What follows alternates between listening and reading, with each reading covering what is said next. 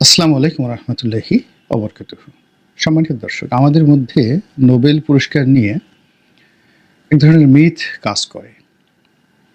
আরব উপন্যাসের যে নায়ক, ওইরকম একটা নায়ক কিছু ভাব আমাদের মধ্যে চলে আসে যে এই পুরস্কারটি যদি আমরা লাভ করি তাহলে না জানি আমরা কি হয়ে যাব।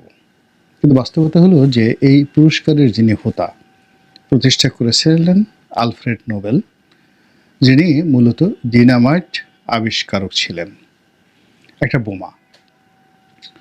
তো তিনি যখন এই বোমাটি আবিষ্কার করেছিলেন তখন তার মনের মধ্যে একটা ভালো চিন্তা ছিল যে এই বোমার সাহায্যে তিনি বড় বড় পাহাড় ভেঙে ফেলবেন এবং সেই পাহাড় ভেঙে ওখান দিয়ে রাস্তা তৈরি হবে, জনপথ তৈরি হবে ইত্যাদি নানা রকম ভালো চিন্তা। কিন্তু বাস্তবে দেখা গেল যে তার এই আবিষ্কারের ফলে তিনি অনেক অর্থ উপার্জন করলেন বটে, কিন্তু যারা এই আবিষ্কারটিকে কিনে নিল তারা এটিকে যুদ্ধের ক্ষেত্রে যখন ব্যবহার করলে তখন তার মন বিষণ্ণতায় ভরে গেল। তখন তিনি তার সারা জীবনের যে অর্থ, সেই অর্থগুলো মানব কল্যাণে ব্যয় করার জন্য জীবনের বিভিন্ন ক্ষেত্রে যারা সফলতার চরম পরাকাষ্ঠা দেখান, যেমন শিল্প, সাহিত্য, সংস্কৃতি, জনকল্যাণ, মানব কল্যাণ, তারপরে চিকিৎসা বিজ্ঞান, পদার্থবিজ্ঞান ইত্যাদি অনেক বিষয়। তো তিনি তার সমস্ত সম্পত্তি দান করে গেছেন বটে, এবং এজন্য একটা কমিটি তিনি যে তার উইলে রেখে করে গেছেন, সেই কমিটি এখন দায়িত্ব পালন করছে। তো ওনার যে দেশ ছিল সেই দেশ সুইডেন মূলত এই পুরস্কারটি দেয় না। এই পুরস্কারটি দেয় হলো নরওয়ের যে গভর্নমেন্ট, তারা। এইভাবেই মূলত নোবেল কমিটি তাদের কার্যক্রম চালিয়ে আসছে। কিন্তু অবাক করার ব্যাপার হলো যে এরকম একটি মহৎ কর্মের সঙ্গে পশ্চিমা সাম্রাজ্যবাদের নীতি, বিশেষ করে আমেরিকার যে কর্তৃত্ব কিভাবে যে ঢুকে পড়েছে এটা আমি বলতে পারবো না। এর কারণ হলো নোবেল পুরস্কার নিয়ে প্রায় সব পুরস্কার নিয়ে বিতর্ক হয়, সব পুরস্কার নিয়ে বিতর্ক হয় এবং এখনও আছে। এমনকি চিকিৎসা বিজ্ঞানে যাদেরকে দেওয়া হয়, পদার্থবিজ্ঞানে যাদেরকে দেওয়া হয়, রসায়নে যাদেরকে দেওয়া হয়, সাহিত্যে যাদেরকে দেওয়া হয়, এগুলো নিয়ে নানা রকম কথা রয়েছে যে এরা সবসময়টিতেই পশ্চিমাদের মদদপুষ্ট। কিন্তু নোবেল পুরস্কারের মধ্যে সবচেয়ে খারাপ, মন্দ নজির যে পুরস্কারটি স্থাপন করেছে সেটি হলো নোবেল শান্তি পুরস্কার। বলা হয়ে থাকে এই পুরস্কারটি যাদেরকে দেওয়া হয় তাদের দ্বারা পশ্চিমারা সারা দুনিয়াতে অশান্তির সৃষ্টি করার জন্য মূলত একটা বিষ বৃক্ষ তৈরি করার যে প্রকল্প, এই প্রকল্পে প্ল্যান্টেশন এবং ওয়াটারিং এই দুটো কাজ করে এই পুরস্কারের মাধ্যমে। সমালোচকরা বলেন, আমি নিজে দেখিনি যে যারা শান্তি পুরস্কার পেয়েছেন হাতে গোনা দুই একজন ছাড়া তারা এই পৃথিবীতে খুব বেশি শান্তি প্রতিষ্ঠা করে ফেলেছেন। যেমন মাদার তেরেসাকে নোবেল শান্তি পুরস্কার দেওয়া হয়েছিল, ইটস ওকে। কিন্তু পাক ভারত উপমহাদেশে মানব কল্যাণে মাদার তেরেসার চাইতেও অনেক অনেক প্রাজ্ঞ, জ্ঞানী, গুণী এবং বিশাল যাকে বলা হয় যাদের কর্মযোগ্য রয়েছে। আপনি যদি মনে করেন হাজী মোহাম্মদ মহসিন ট্রাস্ট, তিনি তার জীবনের সমস্ত সম্পত্তি দান করে গিয়েছিলেন এবং তার সেই ট্রাস্টের ভিত্তিতে আমাদের পাক ভারত উপমহাদেশের অনেক বড় বড় রাজনীতিবিদ, বিজ্ঞানী, ধর্মতত্ত্ববিদ থেকে শুরু করে অনেকে তারা রাষ্ট্রীয় সর্বোচ্চ পর্যায়ে পৌঁছে গিয়েছিলেন, অথচ তাদের জীবনের শুরুটা হয়েছিল এই বৃত্তির মাধ্যমে, লেখাপড়া। তো এরকম আমি হাজী মোহাম্মদ মহসিন ট্রাস্টের কথা বললাম, আরও অনেক আছে যে বিষয়ে কখনোই পশ্চিমাদের নজর যায় না। কিন্তু তারা খুঁজে খুঁজে একজন ইউসুফ মালাল্লা জাইকে বের করবে। তারা সেই পুরস্কার দেবে যাকে বলা হয় নেলসন ম্যান্ডেলাকে, কিন্তু সেই পুরস্কারটিকে আবার একটু হালকা করার জন্য সঙ্গে আবার একজনকে খ্রিস্টান পাদ্রীকে তারা দেশমন টুটু তাকে জড়িয়ে দেবে। তারা ইয়াসির আরাফাতকে পুরস্কার দেবে, তার সঙ্গে সঙ্গে ইসরায়েলের প্রধানমন্ত্রী তাকেও একত্রে জড়িয়ে দেবে সেই শান্তি চুক্তির জন্য। তো এইরকম অশান্তি সারা দুনিয়াতে, তারা সেই অশান্তি। আমেরিকার কেউ প্রেসিডেন্ট হলেই বেশিরভাগ প্রেসিডেন্টই এই পুরস্কার তিনি পেয়েছেন। George W Bush, Barack Obama, Bill Clinton, আবার এখন এবছর শোনা যাচ্ছে যে ডোনাল্ড ট্রাম্পও শান্তি পুরস্কার পাবেন।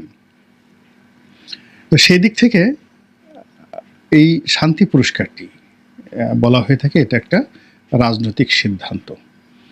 এই রাজনৈতিক সিদ্ধান্ত যারা বাস্তবায়ন করেন আমেরিকানদের পক্ষে, পশ্চিমাদের পক্ষে, মূলত তাদেরকে এই পুরস্কার দেওয়া হয় বা পুরস্কারের জন্য মনোনীত করা হয়। এগুলো এক। 2 নম্বর হলো তারা কখনো কখনো রিক্রুট করে, একেবারে খুব ছোটকাল থেকে রিক্রুট করে, যেমন মালালা ইউসুফজাইকে তারা রিক্রুট করেছে। এখন তাকে নোবেল পুরস্কার দিয়ে সারা দুনিয়াতে তারা পরিচিত করাচ্ছে, বা এখন তাদেরকে সেইভাবে, অর্থাৎ মালালা ইউসুফজাইকে সেইভাবে ট্রেন আপ করা হচ্ছে। তারপর একটা সময় যখন তাকে ব্রেইন ওয়াশ করে পাকিস্তানের শাসন ক্ষমতায় বসাবে, তখন তার মধ্যে আর ডোনাল্ড ট্রাম্পের মধ্যে কোনো পার্থক্য থাকবে না। অ্যাজ ইট ইজ মনে হবে যেন আমেরিকার কোনো প্রেসিডেন্ট পাকিস্তানের সিংহাসনে বসে ক্ষমতা চালাচ্ছে।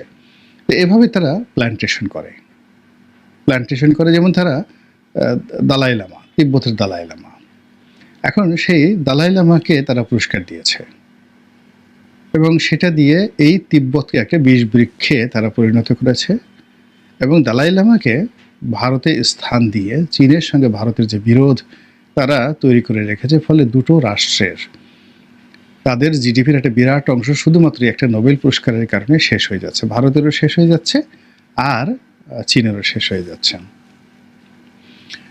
একইভাবে পাকিস্তানের সঙ্গে ভারতের যে বিরোধ, সেই বিরোধের মধ্যেও তারা বিভিন্ন সময় নোবেল পুরস্কার ঢুকিয়ে দিয়েছে।